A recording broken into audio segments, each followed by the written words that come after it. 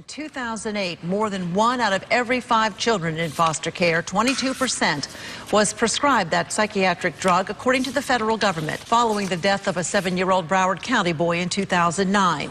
That boy had been prescribed several medications. The dosages exceed the maximum limits in state guidelines. The audit found that 12% of California's foster kids are on psychotropic medications at an average of 10 prescriptions per foster child each year. They're breaking the law by putting these kids on drugs without having the court or their parents check first.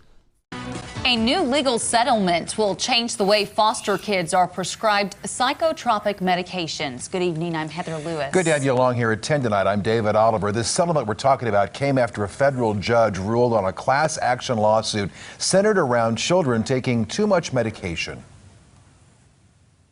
Without really a caregiver being able to advocate for that child, sometimes they get put in situations where they may be over-medicated. And foster children could be over-medicated with drugs like Xanax and Zoloft that alter a person's mind and can have serious side effects. That class action lawsuit claimed physicians were prescribing foster kids drugs without checking their medical history and didn't have proper consent.